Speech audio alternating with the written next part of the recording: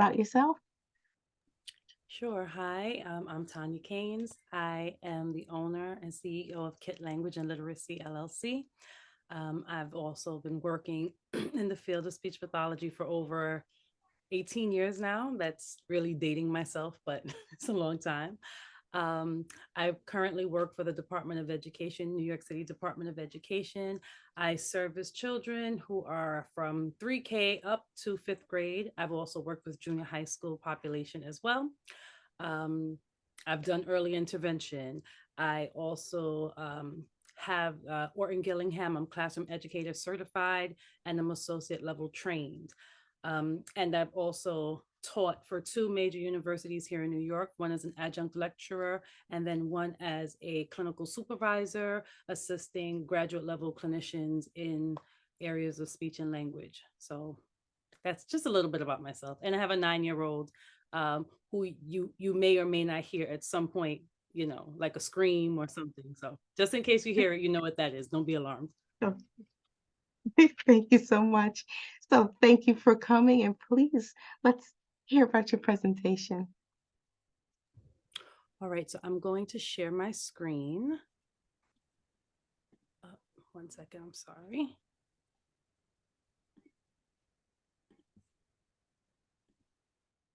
Okay, sharing my screen now.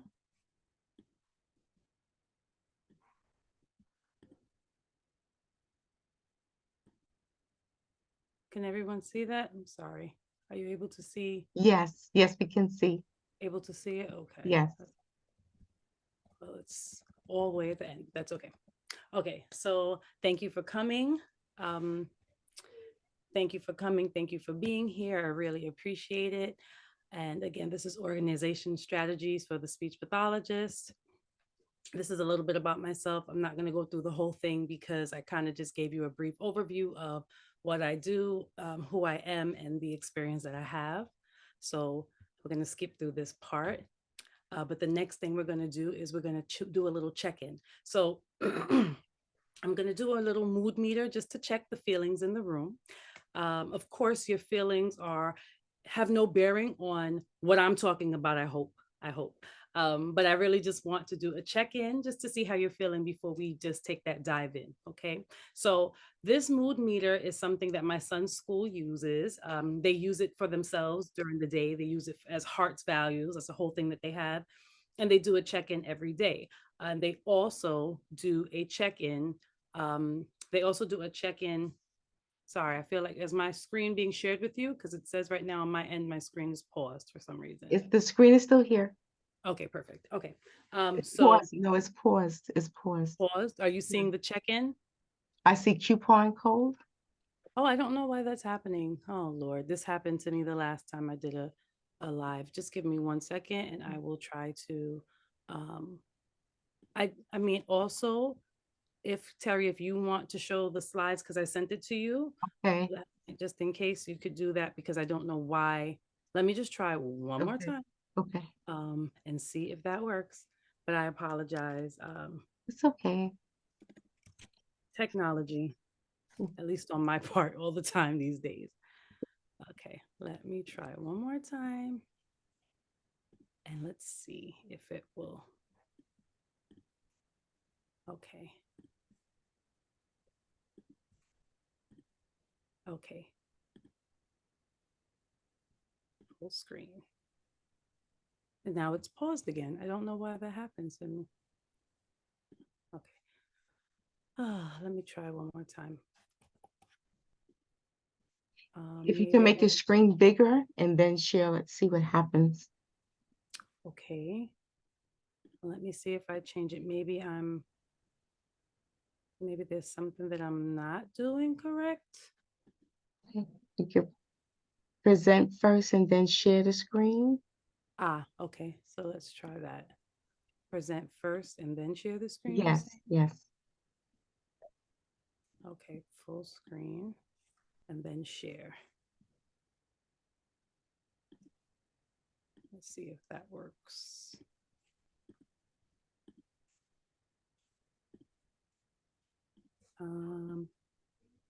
Nope, not working. Yep. Okay, well, Terry, you can share Okay. it. Thank Okay. you.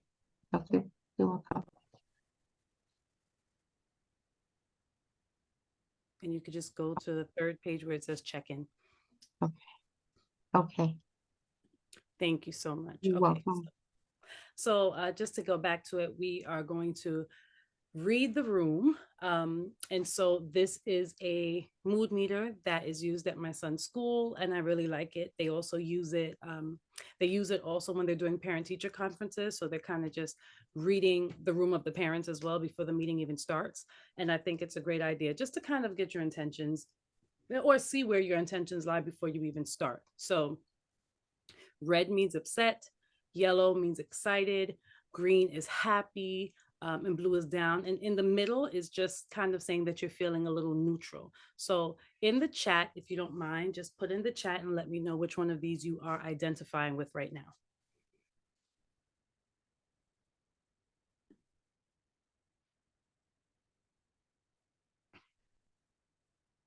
Don't be shy. This is going to be an interactive, as interactive as possible as I can make it presentation.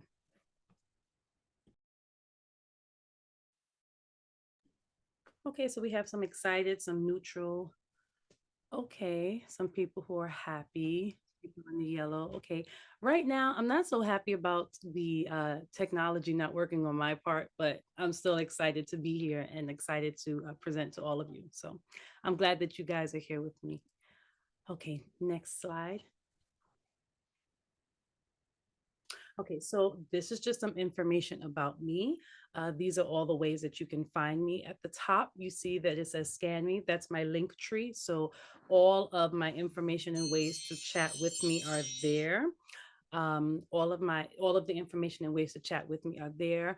You can see that I have an Instagram and a Facebook under the same name, Kit Language and Literacy. And my email address is there as well, just in case you want to get in contact with me. So before we dive in, I just want to say that I hope that the conversations are not triggering, but some of the things we may talk about might be triggering because when we start to talk about how we feel at work, sometimes we can be very triggered, depending on the place that you work and depending on how you feel about your job. I just want to say before we start, I hope that we know that this is a safe space. This is a space where we're not casting judgment on each other against things that people may say or how they feel. When it comes to work, when it comes to just thinking about yourself with self-care, we want to just be in a place where people feel that they can speak freely and not be judged. So I'm asking you all to join me in that place of giving people grace, allowing them grace for the things that they say, and not releasing any feeling to want to judge what someone says. Okay. So now that we've passed that point, I have some questions for you guys. So I'm going to ask a lot of questions and I'm going to go and look in the chat to see what people are thinking. So how many people in here are speech pathologists? That's the first question. If you're a speech pathologist, just put an SLP in the chat. Just put SLP in the chat if you're a speech pathologist.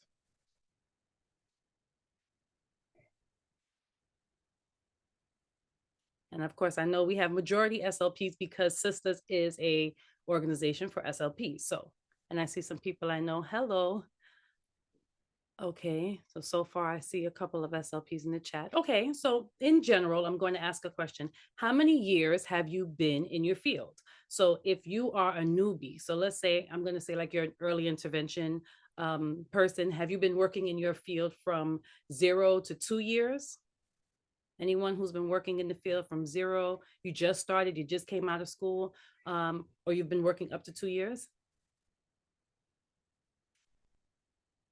Okay, no. Okay, so everybody's pretty kind of seasoned, right?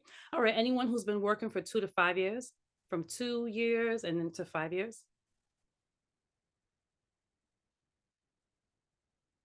Okay, wow. All right. Anyone who's been working from 5 to 10 years? 5 to 10 years in your field. And when I'm speaking, I'm not just speaking for speech pathologists, I'm speaking for anyone. If you've been working and you've been working within your field from 5 to 10 years, just put that in the chat. No, okay. That means that everyone is pretty seasoned. So everyone has been working for 10 plus years, 10 plus years in your profession. Awesome. Okay. And just what area do you work in? So if you said SLP in the chat, do we have any medical SLPs? Any medical SLPs?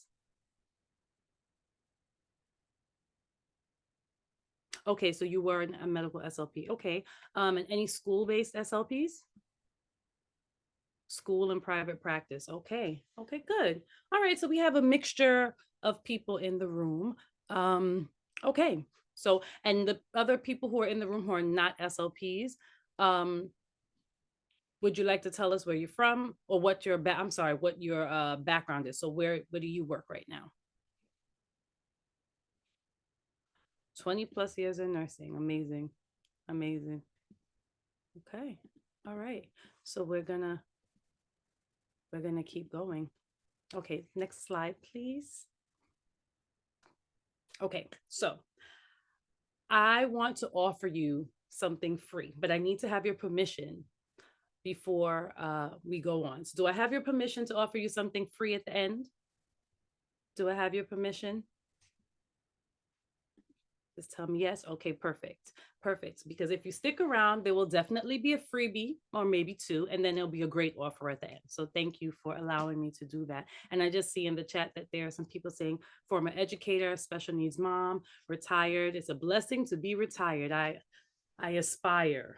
I wait for that day with a little bit too much enthusiasm. But I have a coworker who is retiring in May, and just hearing her talks and discussions about it.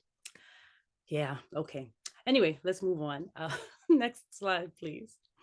Okay. So anyone who knows me knows, and if you've been to my master classes, I have lots of stories, right? I have lots of stories and lots of experiences and things that I feel like I'm just always talking about this happened or that happened. But I feel like we learn so much through stories and life experiences and life lessons. And I feel like they're teachable moments. So there's always a lesson in a story if you are open to hearing it. So that being said, does anyone know who this is? Because I'm dating myself. Um, but if you know who this is, then you're dating yourself too. Um, because we are people of a certain age. So if you know who this is Bonita Boutrell from In Living Color. Yes, you love her, Karen. Yes, this is Bonita Boutrell from In Living Color, and she knew everyone's business in the neighborhood, and she always had something to say about it. So I wanted to give you a story that kind of reminds me of a little bit of Miss Bonita. Okay, so I once knew this speech pathologist, and let's call her Jenny. And Jenny was a great therapist, but her paperwork was a mess. She had papers all over the desk. She had papers everywhere, not just over the desk. She had papers next to the desk. She had papers on the file cabinet. She had them all over. She had no system, no systems going on. She had chaos all over the place.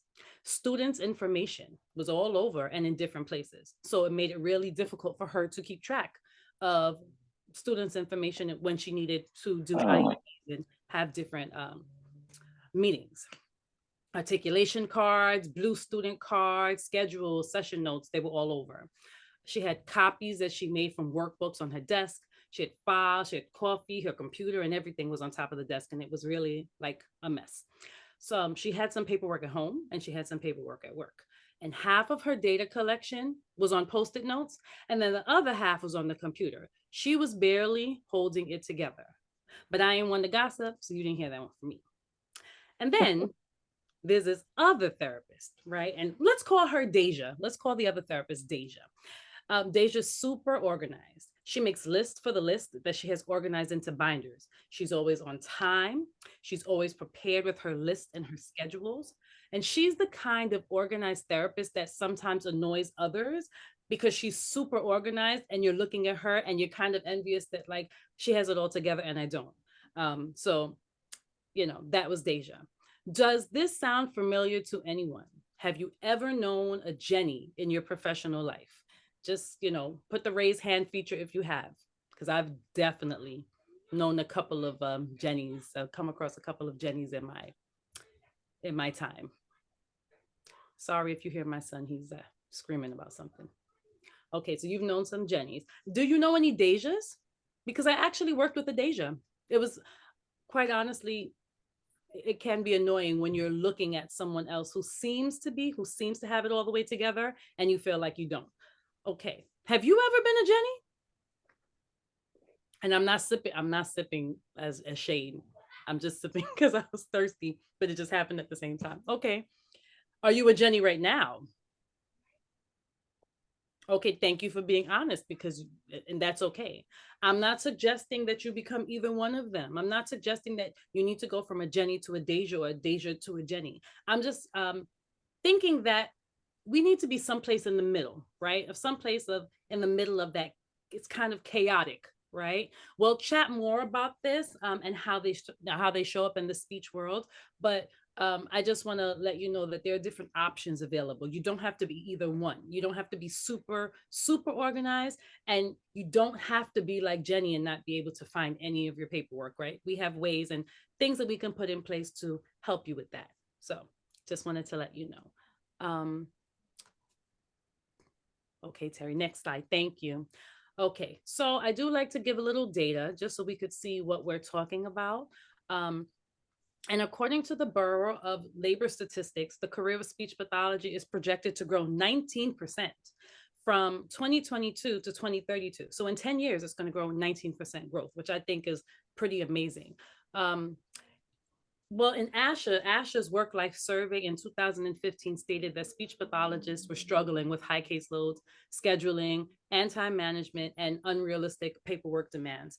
We know all about unrealistic paperwork demands. We know that our caseloads are getting higher and higher depending on what districts you work in.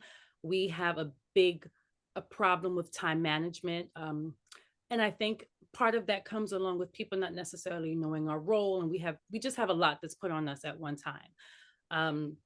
And we know that organization at work will help with time management. It helps you to achieve better success, and it assists with a life work balance. So organization really is the key to everything. Next slide. So does anyone ever feel this way?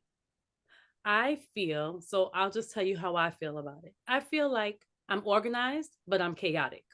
So I've begun to call myself affectionately as someone who functions in organized chaos. Is there anyone else who's like me who functions in organized chaos? It's chaos, but it's organized. Like you kind of know where your things are. So it's pretty organized, but it's still chaotic. Okay, so we have a couple of people who are like me. Okay, good.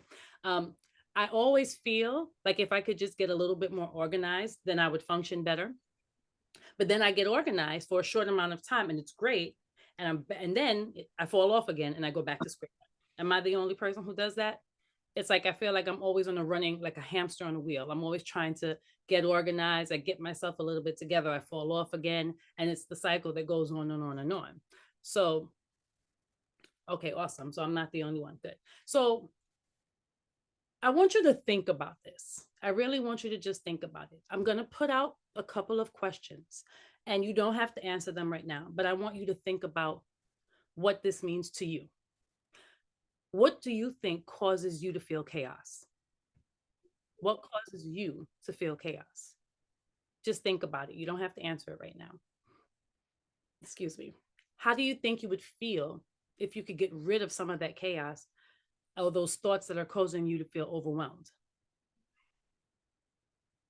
And what does that person who's living a calmer life look like? What does that person who's not overwhelmed look like? And what if I told you I could help you calm some of that chaos? I just want you to think about those questions for a second. Next slide, please.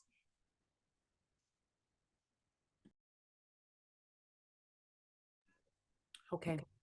So our chaos many times comes from a lot of these things that are listed, but not all. These are just some of the issues that are affecting us during our day to day.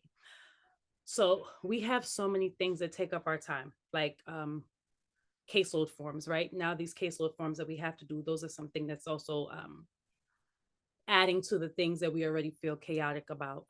Finding time to provide effective therapy, finding time to write CCC notes, and doing these IEPs. And I know for me, forgetting meetings, session plans are not easy to create. have to do parent collaboration. And it's like, when am I finding the time to collaborate with parents on top of all the other things that I'm already doing? We're being pulled in different directions because not only are we doing speech related things, but we're also a part of a building, our team. So we're also helping out at the school. So for instance, today I was part of the breast cancer walk. So I'm out there, helping them. I'm on the BRT team, helping them with the kids control of kids throughout, on the sidewalk as they walk back and forth into the building. So we're wearing many hats. We're just not the speech pathologist. We're doing a lot of different things. And so there's so much for us to do. But sidebar, let me just ask a question. If you work in the school, if you work for the DOE, are you finding it difficult to find time to do CSIS in these 25-minute time blocks that they're giving you throughout the day now? Because I think it was easier for me to do CSIS on that one day of like the Monday or Tuesday where we had extended day. And now that 25 minutes is not enough time. 25 minutes goes like that. And all the time, I'm like, I had like 17 kids in one day. I saw 17 kids on Monday. I can't do 17 kids in 25 minutes. But that might just be me. Next slide, please. So now that we've talked about and we've figured out where this chaos is coming from, we know that we have a lot of chaos. We know where it's coming from. What are we going to do about it now? What do we do? So I have a couple of tips I think that can help.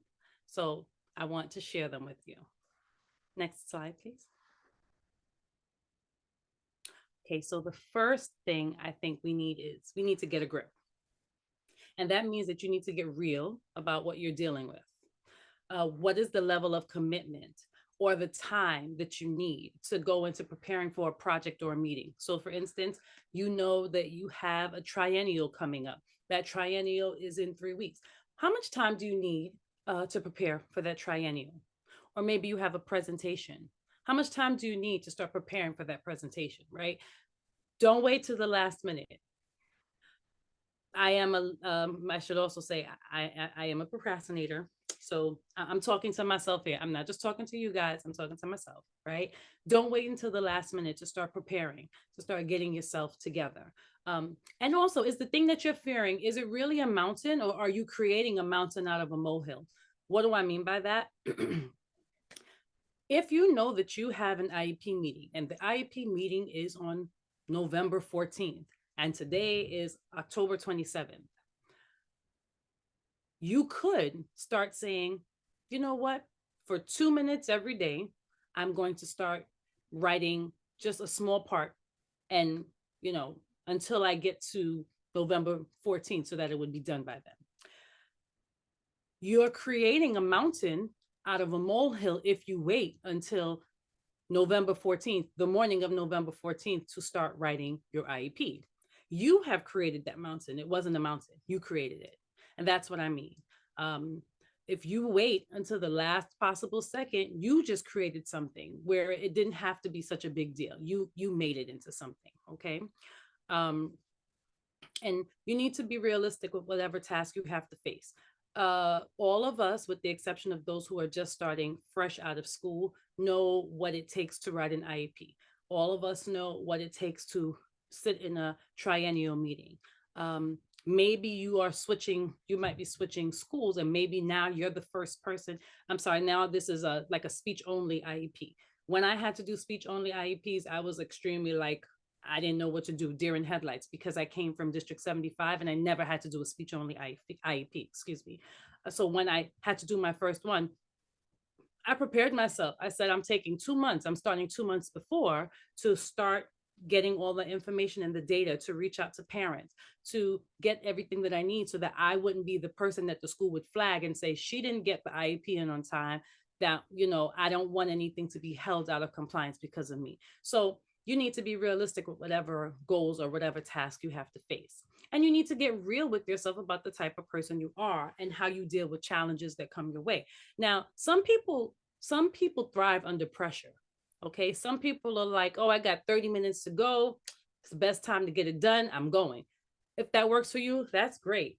Or are you the person who you need the list? You're the person who needs to make a checklist for the list of things that you need to do. If you know that, then you need to plan for that, right? Are you the person who turns in your reports consistently before the time that it's due? Then great. So you're always ahead of the game. That's great. But if you're not that person, you need to figure out your style. You need to figure out your planning style. And once you figure out your planning style, you can plan for the appropriate time that works for the deadlines that you have coming up, right? So, for instance, something that I've started doing is that I create a list of upcoming IEPs. So, in the beginning of the school year, I get all the kids that I have, and I'm like, okay, so I have, let's say, 37 kids. I take all 37, I have their name, I have their OSIS number, I write out when their IEPs are due, and then I write out the other related service providers they have. And I'll also put, like, if the student's in an ICT class or a 12 to 1 class. That way I can kind of keep track of what other providers are going to be involved. If it's an ICT classroom, I know, or a 12 to 1 class, I know that the IEP doesn't fall on me. So I know that I'm just waiting for them to send out the note, not that I have to do anything. If it's a speech only IEP, I put like a star, something, or I highlight it so that I know I'm getting myself prepared. I'm giving myself 2 months before it even starts to be prepared and start calculating and tabulating all the data that I need so that I'm not like running at the last minute to try to figure things out. Does that mean that I'm always ahead of the curve? No. For instance, last week I got a call that, oh, there's an IEP that, oh, we sat for an IEP. We didn't realize we needed to call you. Now I had the date on my calendar, on my IEP date notice. I forgot to look at it. Okay, that's okay. It happens sometimes, but at least it's there. And that was a wake up call to me to like just make sure you kind of look at it once a week to see who's coming up next. And if you see someone's upcoming next, maybe highlight it so it catches your eye every time you kind of look over.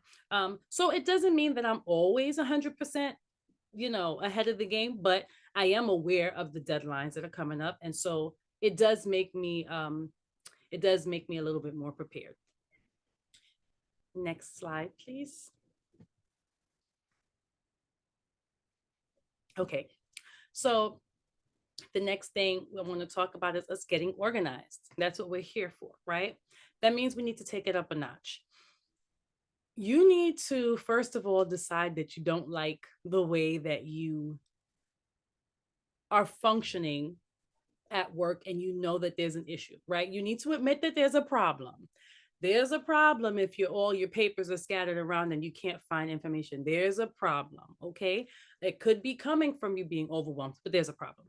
So you need to get yourself a good calendar or a good planner, and you need to use it. You don't let it just collect dust. So I have a desk calendar that I keep on my desk so I can write down things.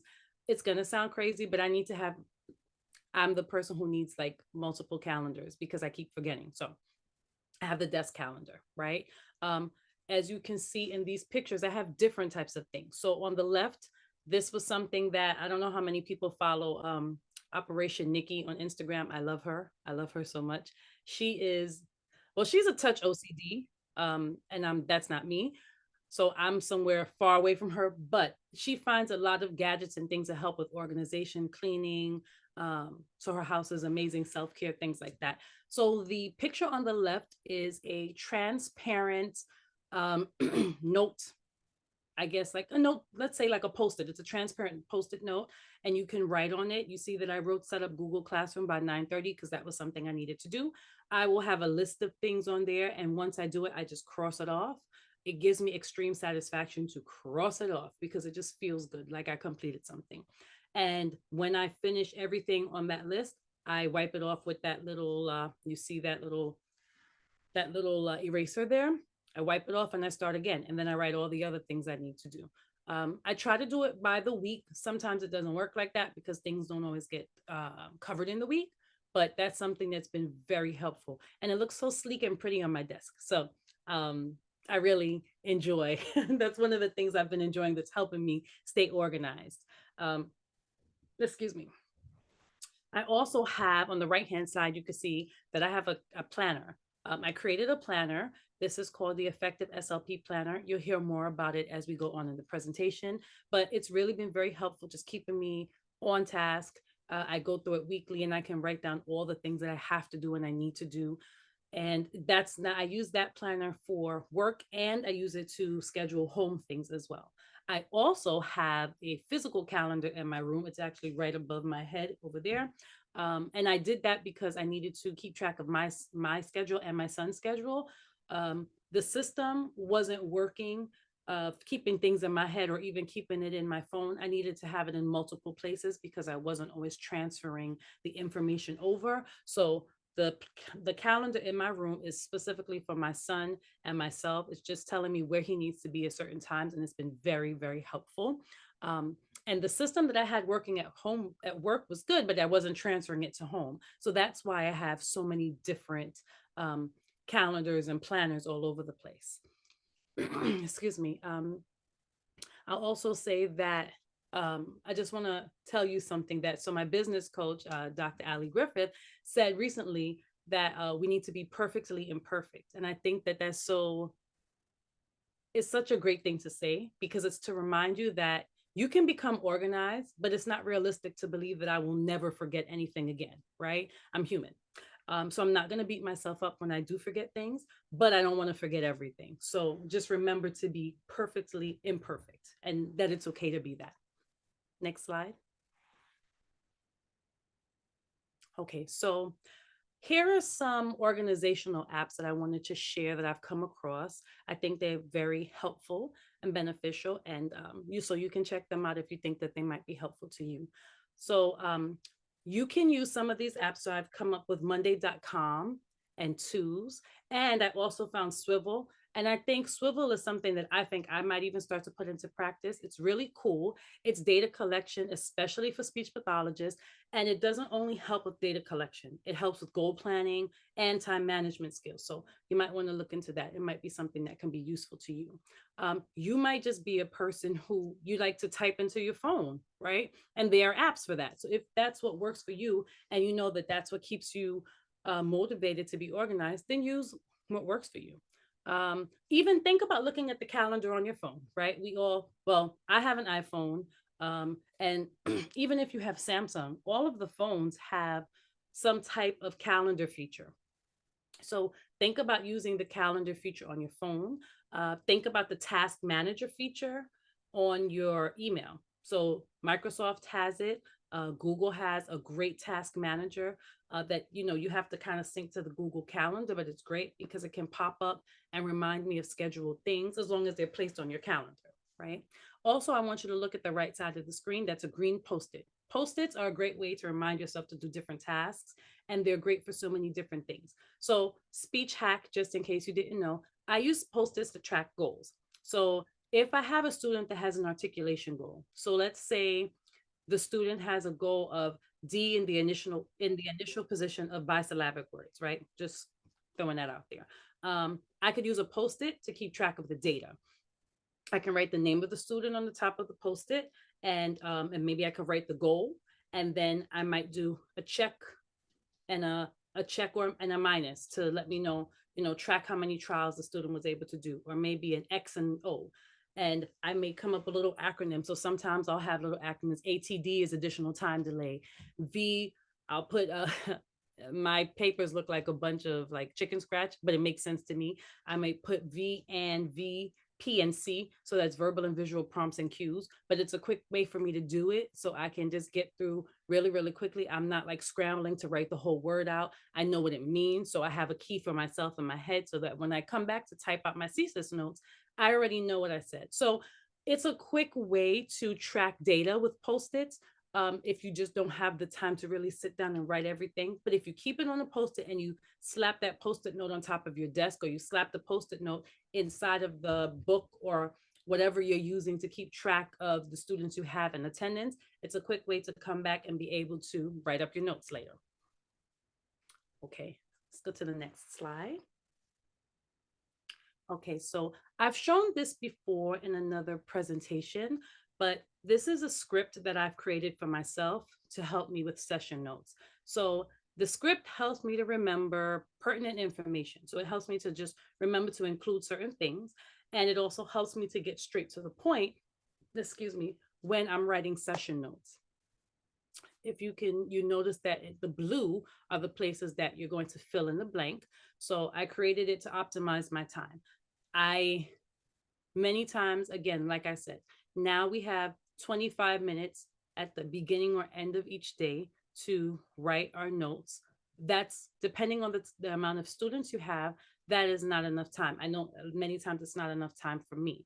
With this script, though, it helps me to really get quickly to the point of what I need to say, plug in my student's name, think about what they did, what was evidence, what behaviors were presented, did they target their goal? Did they hit their goal? What was the activity? And what's the next step? So that the next time I come back to look, I already know what I'm working on for next week. There are places you could continue and add in. You could vary this in multiple ways. But for me, it's very helpful to do this, and then I can put this into encounter attendance in CSIS. Next slide, please. Okay, let me just take a sip of water. So is everyone still with me? Just type a 1 in the chat if you're still here and still listening, if I haven't bored you.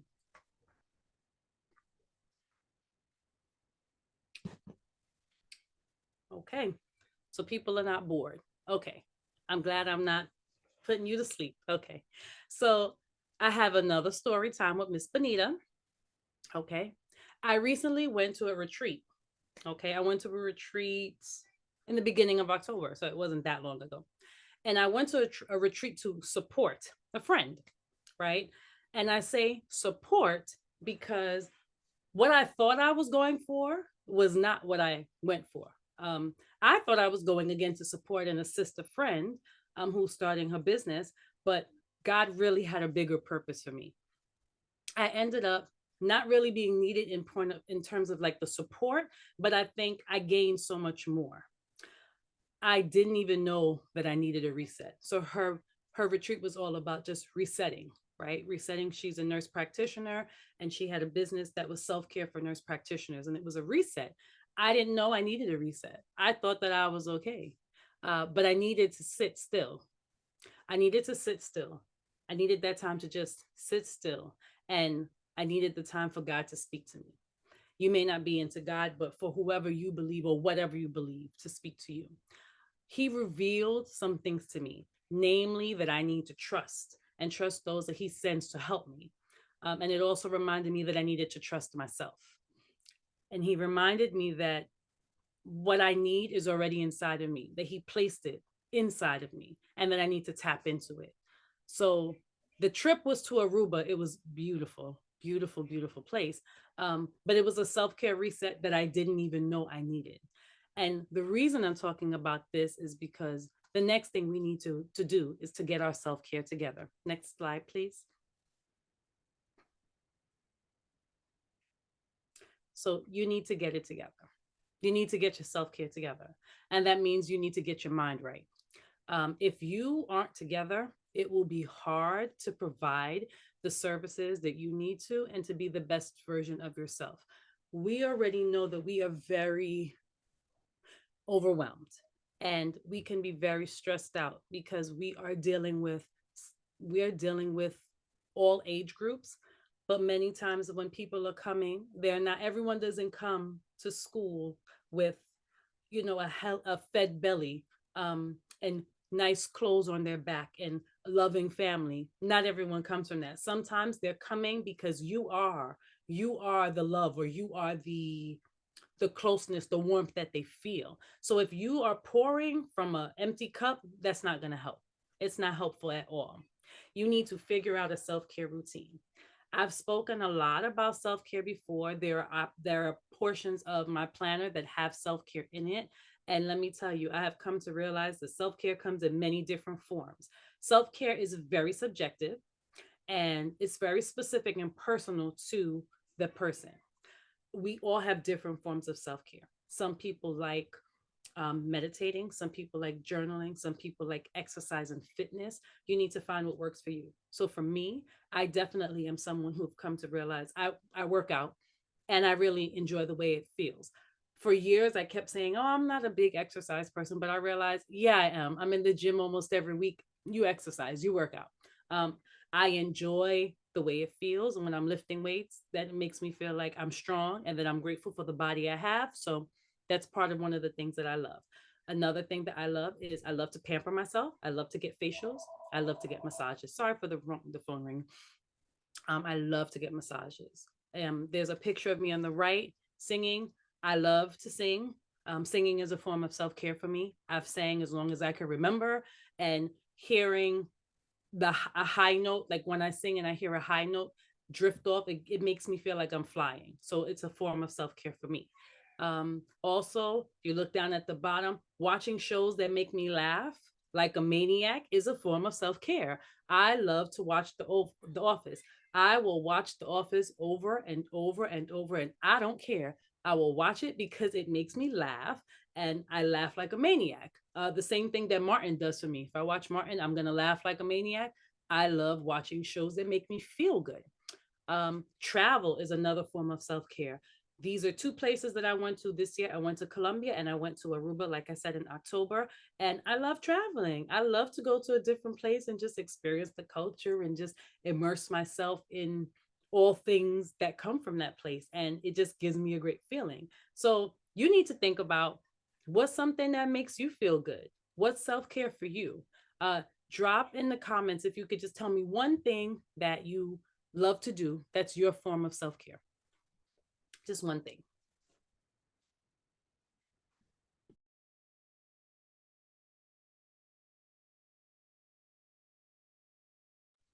Yep, Sherry, I'm with you. Traveling is definitely a form of self care. Massages. Hmm. Oh, I forgot to say I love to read. So reading is a form of self care for me.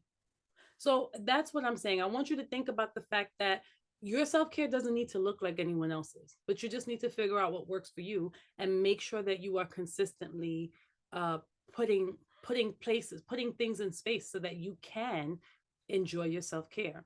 Ideally, being alone is a form of self care. It is a form of self care, and you need to make sure that you are always finding spaces within your day to be alone and spend time by yourself, right? Because sometimes being around people can be draining.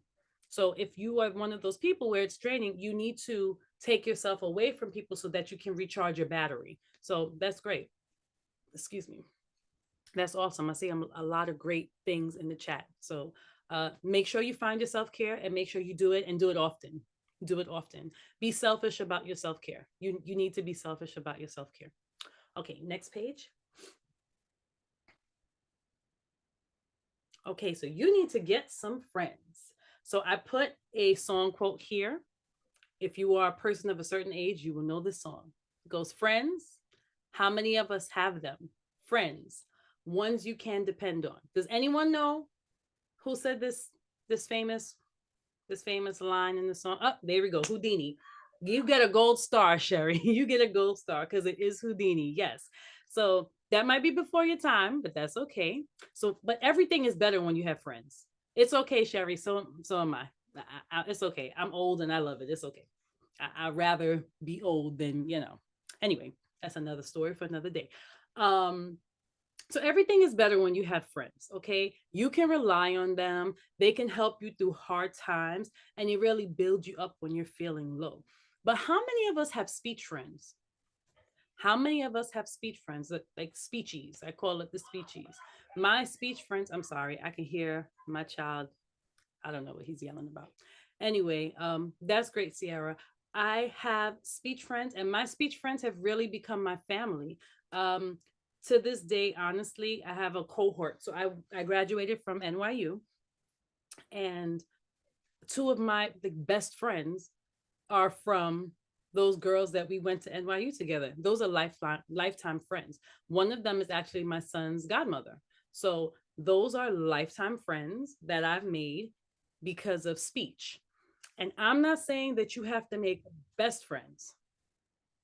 Actually, you don't even have to call them friends. You could call them your speech associates. I don't care what you call them. But I do think it's very helpful to have at least two or three speech friends to bounce ideas off of. The reason I'm saying speech friends, there's nothing wrong with your regular friends outside, right? But There's nothing like speaking to another speech pathologist about a troubling case and that person being like, oh, this sounds like blah, blah, blah, blah, blah. Or, oh, I can give you some assistance with that because I've been using this approach. Maybe I've been using the cycles approach and it's really worked with my kids. Or maybe, they've been doing some tactile things and it's really helped. So let me give you some information. It's really helpful when you have a group of people that you can bounce ideas off of when you're stuck in those cases and you need help. So if you don't have speech friends, I really suggest that you get some. And I got you for that too. I got you for that. Next slide, please. Okay, so we're on to the free stuff now. We're getting to the end of the presentation, and I have a special treat for you. So everyone on this call tonight is going to get a 15-minute free call, free follow-up call, just one-on-one with me, because I really want to see how I could best serve you and be the best, help you to be the best therapist that you can be. You'll also receive an email, a how to schedule group mandate. So it's a sheet and it's a freebie to assist you with scheduling students in an effective way in small groups. So you may have groups of 3 or groups of 5. I know there's groups of 8 too. You may have students in groups and you might be thinking about how do I effectively put these kids together because I don't know, how to mix them up. So I definitely want to help you with that. So, you'll definitely receive that in an email after tonight. And you'll definitely get that follow-up call. And I have something else in store that's really amazing. And I hope that, you guys are into it. Next slide, please. So just a reminder that I also have a discount for my SLP planner. So this is a dateless planner. So you can go and you can use this planner at any time. And everyone on the call tonight will receive a 20% discount if you order and you use the code SISTERS within the next week. The planner can really help you organize and prioritize your self-care and, help you with time management. So everyone would get this code and you can get the discount. And now I have an offer that I want to give to you. Next slide, please. So I want to offer the SLP's Organized Masterclass to you. You guys are the first ones to get this special offer. I'm hosting a 6-week masterclass called SLP's Organized. And in this masterclass, we're going to cover organization, we're going to cover self-care, and we're going to cover ways to work smarter and not harder. You'll get access to me in a small group setting, as well as accountability groups where you can chat with like-minded people, like-minded speech pathologists, so you can share your ideas and you can collaborate. And when we chat in the intimate session, you can truly get the assistance that you need for your concerns. Each week, you'll get a different content area to discuss and focus on. So we'll have those 3 Zoom lines to discuss any organization issues or any self-care issues that you may have, or maybe you just have deeper issues that you want to talk about. And you'll have this, there's also a VIP price, I'm sorry, as you can see there. And the VIP price, of course, they get a little extra thrown in there. So they're the ones who might get those one-on-one calls with me and templates that can help them with organization and some of the things that I talked about tonight, like a goal checklist and IEP scheduling list and more. So if you're interested in this, please don't hesitate to set up a 15-minute call to discuss the masterclass and see how you can get yourself in there. And next slide, please. So I just want to thank you all for coming and just remind you that you can find me on any of these sites. You can send me a message on Kit Language and Literacy on Instagram or Facebook. You can email me at kitlanguageandliteracy@gmail.com. You can use your phone and scan, and that would show you the Linktree code, and you would get access to all of the things that I just put here. And I hope that you guys reach out to me because I definitely would love to talk to you and just get to know more about you and see how I could help you. Next slide, please. I love music, and I said that already, but I just want to remind you that life is a journey, not a destination. There are no mistakes, just chances we've taken. So I just want you to think about that. Thank you so much for coming out tonight. And if there are any questions, I'm here to answer. Thank you so much. So if you have any questions, please feel free to talk on chat or you can come and talk.